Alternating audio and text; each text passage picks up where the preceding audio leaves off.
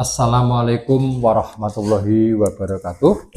Waalaikumsalam warahmatullahi wabarakatuh. Salam sejahtera untuk kita semuanya. Salam Om Swastiastu, Namo Buddhaya, salam kebajikan, Rahayu, Rahayu, Rahayu.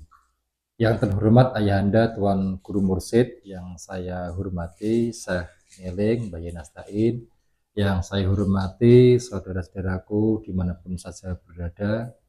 Puji syukur Alhamdulillah pada malam hari ini kita masih di tempatnya Mas Mu'alim Batangan.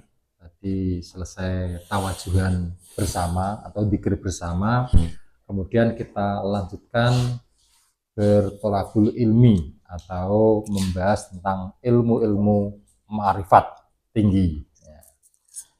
Pada malam hari ini kita akan membahas tentang akhirat itu sekarang atau di dunia ini ya. Tetapi lebih jelasnya nanti akan disampaikan oleh Syekh Ngeling Mbah Yai Nastain ya. Monggo Mbah Yai Nastain, waktu dan tempat kami persilahkan. Assalamualaikum warahmatullahi wabarakatuh. Waalaikumsalam warahmatullahi wabarakatuh. Bismillahirrahmanirrahim. Alhamdulillah. Wassalatu wassalamu ala Rasulillah Sayyidina wa maulana Muhammad ibn Abdillah. Jadi tentang akhirat itu memang sekarang pun sudah ada. Artinya kita ini diperintahkan supaya hakul yakin di dalam menjalankan agama. Nah, ilmu yakin, ilmu ainul yakin ditolak. Hanyalah hakul yakin yang diterima oleh Allah Subhanahu wa ta'ala. Itu dawuhnya ulama-ulama ahli tasawuf. Jadi dalam Al-Quran itu banyak sekali tentang pembahasan-pembahasan ilmu dan juga mengabarkan tentang kejadian-kejadian yang lampau, yang sekarang, yang akan datang. Yang namanya hakul yakin itu adalah pembuktian sendiri. Pembuktian sendiri tidak perlu nunggu kalau mati, walaupun toh itu akhirat ya. Akhirat itu sekarang sudah ada. Jadi untuk membuktikan tidak perlu nunggu nanti kalau sudah mati. Itu ulama-ulama muhaqqiqin itu seperti itu. Kalau kita menunggu, kalau akhirat itu menganggap nanti, kalau sudah mati, berarti akhirat itu nanti, tidak sekarang. Padahal akhirat itu sekarang sudah ada. Kalau kita menunggu kalau nanti sudah mati, berarti itu ilmu cerita, ilmu katanya orang. Jadi di dalam beragama secara hakul yakin, apapun yang dikhabarkan Al-Quran itu harus bisa membuktikan sekarang. Itu namanya hakul yakin. Itu tidak hanya para nabi yang diberi kesempatan. Kalau para nabi, para rasul jelas hakul yakin semua. Agamanya hakikat, agamanya hakul yakin. Walaupun toh itu tidak nabi dan tidak rasul, itu diberi kesempatan oleh Allah Subhanahu wa ta'ala untuk membuktikan akhirat. Nah, ada satu ayat, ya ma'syarul jinni wal insi in istata'tum an tanfuzu min aqtaris samawati wal ardi fangfuzu la tanfuzuna illa bisultan. Hai rombongan, gerombolan, kelompok-kelompok jin dan manusia. Ini stata'tum ang tanfudzu min aqtaris samawati wal ardh. Kalau kamu ingin menembus penjuru atau penembus puncak bumi dan langit, fangfudzu, maka tembuslah. La tangfuzuna illa bisultan, tapi kamu tidak akan bisa menembus kecuali dengan kekuatan. Sultan, kekuatan. Nah, ulama-ulama muhaqqiqin, ulama tasawuf, ini adalah menembus akhirat. Cara menafsiri itu menembus akhirat. Sekarang itu bisa, tapi tidak akan bisa kalau tidak pakai kekuatan. Kekuatan Allah, tentu kekuatan yang dari Allah. Apa itu kekuatan dari Allah? Tidak lain adalah nurnya Allah Ta'ala sendiri, yang ditanamkan pada rohaniyahnya orang-orang yang dikehendaki Allah untuk ditanami nur itu. Maka secara rohani, walaupun toh jasmaninya ini di dunia, tapi rohaniyahnya itu bisa naik dan naik, menembus, karena sudah ditanami nur ilahiyah, maka rohaniyahnya itu akan naik sampai rohaniyahnya yang ada nur ilahiyah itu sampai menemui nurnya Allah Ta'ala itu sendiri, menemui Allah Ta'ala itu sendiri. Itu caranya menembus akhirat, dan itu memang diberi kesempatan karena ada ayat seperti itu. Itu cara membuktikan. Ini tidak ilmu khayalan loh ya, kata ini ilmu thariqat rohaniyah, yang bisa memang alatnya adalah thariqah rohaniyah. Nah, karena thariqah rohaniyah adalah thariqah yang khusus.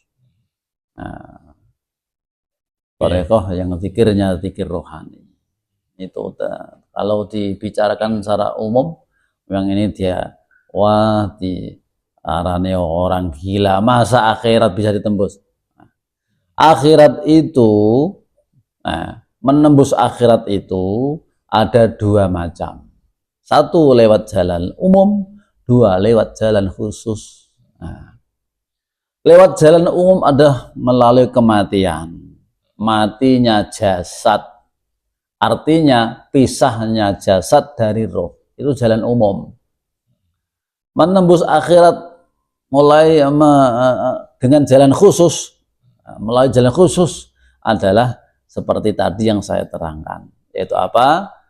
Rohnya ditanami nur ilahiyah, dibayat, seperti keterangan dalam surat Asy-Syura, wa kadzalika auhayna ilaika ruham min amrina ma kunta tadri mal kitabu walal imanu walakin ja'alnahu nuran nahdi bihi man nasya'u min ibadina wa innaka latahdi ila siratim mustaqim. Ini ayat yang menerangkan bahwasannya penanaman nur Quran dan nur kitab atau dan nur iman, ya, seperti Al-Hujurat ayat 14, qalati arabu amanna itu. Nah, itu. Jadi semua ada ayatnya untuk penanaman nur. Tadi kan disampaikan ini ya, dalam menembus akhir itu ada jalur khusus dan jalur umum. Ya. Nah, yang disebut jalur khusus itu ketika kita menemukan jalan ini dan bayat. Nah, kalau yang jalur umum itu kan pisahnya nyawa dan jasad itu. Ya. Artinya mereka ini belum ketemu jalan ini. Nah, Ya. nasibnya nanti itu bagaimana ya kalau belum tahu jalan ini dia juga tidak akan pernah masuk surga kalau belum menemukan surga di dunia. Apakah seperti itu ya itu? Jadi kalau jalan umum ya diproses seperti umum, artinya apa? Kalau memang itu rohaniahnya belum bersih atau tidak bersih, ya tetap akan menjalani seperti ada siksa kubur. Kalau agama lain akan terjadi reinkarnasi.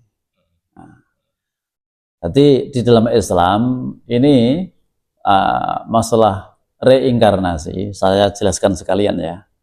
Itu memang dari ulama itu berbeda pendapat. Ya. Kalau secara sehat memang tidak ada, secara hakikat ada reinkarnasi itu. Nah, secara syariat adanya dikembalikan kepada siksa kubur.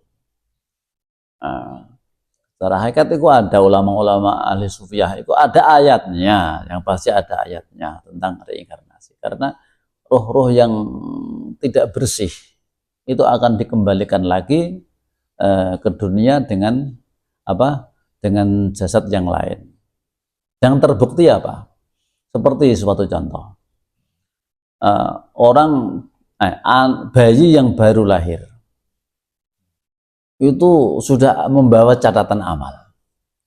Anak ini besok akan punya nasibnya seperti ini, seperti ini, seperti ini. Kan ada sih takdir. Baru lahir sudah membawa catatan amal. Itu amalnya siapa? Allah itu tidak berbuat zalim pada hambanya. Itu amalnya, rohnya dulu. Itu agama lain. Ada berapa menjelaskan seperti itu. Jadi semua walaupun toh itu sudah Islam, tapi kan dulu-dulu itu agama itu kan dari Allah Subhanahu wa taala, dibawa oleh para nabi. Ya punya kitab-kitab suci juga kan. Kita punya kitab-kitab suci. Jadi seperti itu, logikanya seperti itu. Reinkarnasi itu ada. Maka dari itu mengapa anak bayi baru lahir saja sudah membawa amal, buku catatan amal. Artinya apa? Catatan amal itu ya takdir-takdir itu.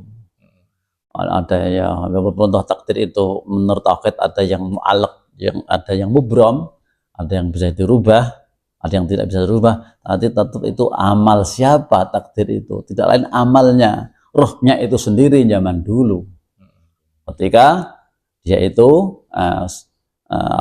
sudah mati, akan hidup kembali. Itu penemuan itu ada seperti itu.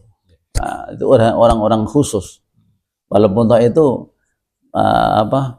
kayaknya itu kalau diceritakan itu horor ya. Kayak horor sekali ya diceritakan. Tapi memang reinkarnasi itu ya ada. Tapi dalam agama Islam itu memang ada yang tidak mempercayai. Tapi itu terserah mereka sendiri. Maka, Islam sendiri kan memang berpecah-pecah dari sampai 73 firqah sih. Ada yang versi ini lah, terserah. Tapi orang-orang ahli tasawuf, orang-orang muhaqqiqin itu sebagian yang dalam ilmunya itu memang mempercayai ada reinkarnasi. Titisan pun juga ada. Seperti itu. Jadi kalau terjadi reinkarnasi, bayi ketika itu lahir dia itu kan membawa amal-amal yang terdahulu ya. Jika roh itu sudah supaya amal itu ditebus dengan perbuatan yang baik. Tapi roh itu kan sudah menempati ke jasad-jasad, mungkin ada 100 orang jasad misalnya, ada 100 jasad misalnya. Berarti dijadikan satu di bayi itu yang baru lahir ya, dikumpulkan jadi satu ya. Ketika nanti sudah mati kok belum bersih rohaniahnya, ya akan dikembalikan lagi terus sampai dia bersih. Lah itu agama seperti itu tuh tidak mempercayai adanya siksa kubur. Tapi mempercayai adanya reinkarnasi. Di dalam Islam sebagian tidak mempercayai inkarnasi tapi mempercayai adanya siksa kubur. Ya, ya itu sama-sama untuk membersihkan dosa. Sama-sama untuk membersihkan dosa juga supaya roh ini bisa kembali bersih di sisi Allah Subhanahu wa taala sebagaimana ketika diturunkan itu bersih, kembali pun juga akan bersih. Kembali ini ya, kembali ke akhirat sekarang ya. Itu kan berarti kan akhirat sekarang itu kan di dunia ini seperti layar-layar gitu ya.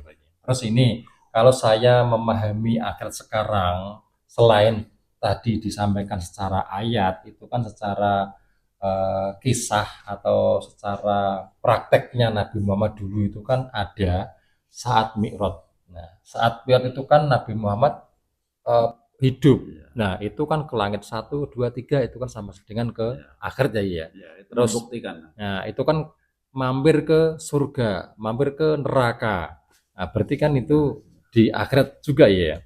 Terus ada kisah sahabat Nabi Bilal apa itu ya, yang terdengar apa terompahnya yang ke surga mendahului Nabi Muhammad itu. Nah, itu kan kalau saya melihat dari sisi itu ya, apa namanya itu tentang akhirat sekarang itu. Ya. Jadi ya itulah memang akhirat itu bisa ditembus lewat jalan umum dan jalan khusus. Jalan umum lewat kematian, jalan khusus adalah lewat yaitu mau thariqah rohaniyah ketika dibaiat rohnya itu akan dibersihkan. Oke ya, saya kira cukup ya. Ya demikian ya tadi yang disampaikan tentang akhirat itu sekarang.